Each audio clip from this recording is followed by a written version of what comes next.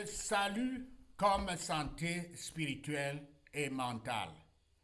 Ceci est basé sur l'écriture de ce jour de Yah, Luc 2, versets 27 à 30.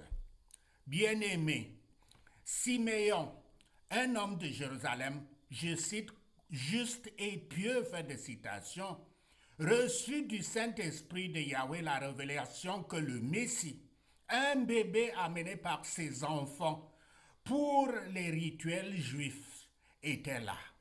Lorsqu'il trouva l'enfant, il pria pour que Yahweh puisse désormais lui ôter la vie terrestre, car il avait vu le salut. En hébreu, le mot Yahshua signifie littéralement salut, délivrance, victoire ou secours.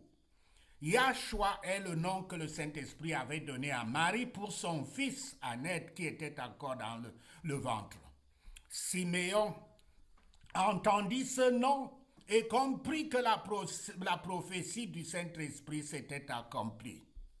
Dans le christianisme, le salut est le don gracieux de Yahweh. Le pardon et la vie éternelle par Yahshua, reçu par la foi et menant à une vie transformée en relation avec Yahweh. La première image du salut de Yahweh dans la Bible est la délivrance des descendants d'Israël, d'Abraham, d'Isaac et de Jacob de la captivité égyptienne pour les réinstaller en terre promise de Canaan. Yahshua est le salut de Yahweh pour tous les croyants qui le suivent et qu'il réinstalle dans la vie éternelle avec Yahweh dans son royaume céleste. En psychologie, le salut est le processus qui permet de passer de la souffrance psychologique à la guérison, à la plénitude et au sens de la vie, comme les Israélites avaient joui de ceci après leur libération de la captivité égyptienne. Chaque école de pensée présente le salut différemment, mais toutes partagent l'objectif d'aider les individus à atteindre plus de liberté, de paix et d'authenticité. Par conséquent, le salut peut également être compris dans un contexte de santé mentale, lorsqu'il est utilisé pour décrire des expériences de guérison, de liberté et de paix intérieure qui sont en réalité une captivité égyptienne. Voici quelques exemples de traduction du concept de santé, du concept de salut en santé mentale. Premièrement, la perspective psychologique. Il y a le soulagement de la souffrance. Le salut peut signifier se libérer d'une détresse accablante, de l'anxiété et de la dépression ou d'un traumatisme. Yahshua vous apporte ce soulagement, car la Bible dit, je cite, « Déchargez-vous sur lui de tous vos soucis, car lui-même prend soin de vous », fin de citation dans 1 Pierre 5, verset 7. Les solutions psychothérapiques qu'il a accordées à l'humanité, pour un tel soulagement sont les thérapies spirituelles intégratives, la thérapie cognitivo-comportementale, la thérapie d'acceptation et d'engagement, les thérapies basées sur la pleine conscience, la thérapie psychodynamique ou relationnelle, les thérapies centrées sur le traumatisme et bien d'autres.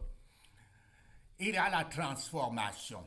Il s'agit du changement personnel qui survient lorsque une personne passe d'un sentiment de blocage ou de rupture à la croissance, la résilience et un nouveau sens à sa vie.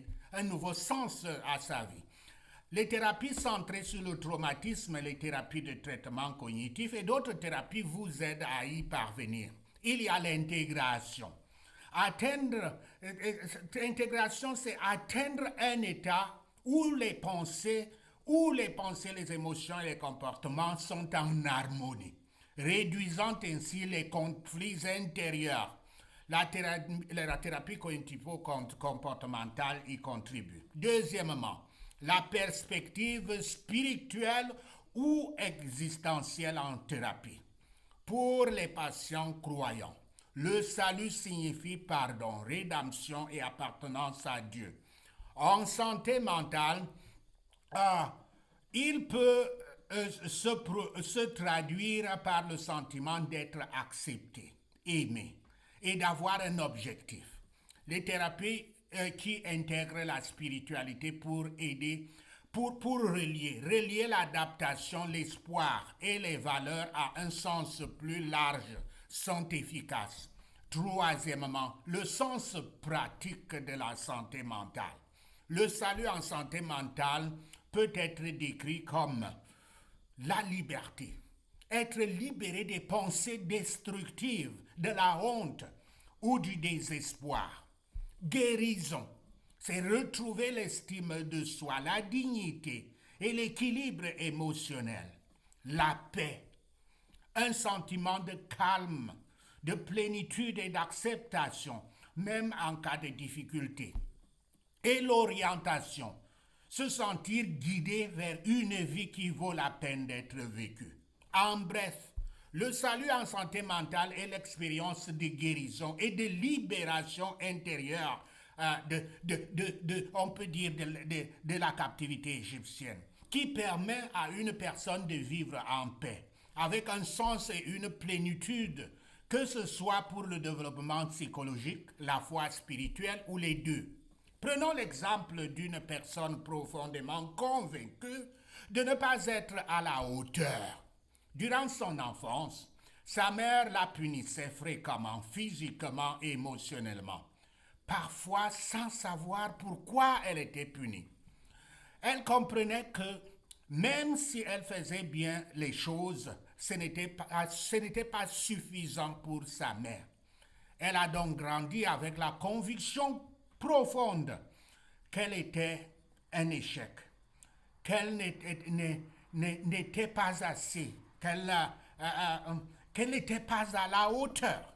Chaque fois qu'elle entretenait ses pensées négatives, elle ressentait des émotions de honte, de culpabilité, de tristesse, de dépression, d'anxiété, de frustration, de colère, de désespoir, ainsi que des sensations physiques de tension musculaire, de maux d'estomac, de palpitations ou de serrements cardiaques, de fatigue ou de douleur, de lourdeur, de respiration superficielle, de maux de tête et de migraines. Pour faire face à ces pensées négatives et à ces sentiments pénibles, elle évitait les défis, les situations sociales et les occasions de prévenir l'échec, et cherchait des occasions de prévenir l'échec. Elle recherchait la perfection, surcompensant surcompensant pour se sentir à la hauteur, ce qui l'a conduit souvent au surménage. Elle a un dialogue intérieur d'autocritique qui renforce constamment le sentiment de « je ne suis pas à la hauteur ». Elle procrastine pour retarder ou éviter les choses de peur d'échouer ou d'être jugée. Elle se retire socialement, se retirant dans des relations par honte ou par peur d'être exposée, ce qui l'a conduite à la dépression.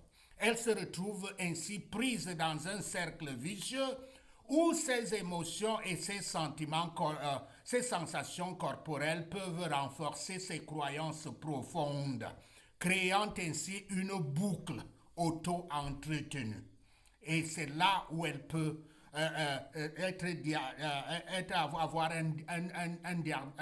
d'être diagnostiquée avec une maladie mentale.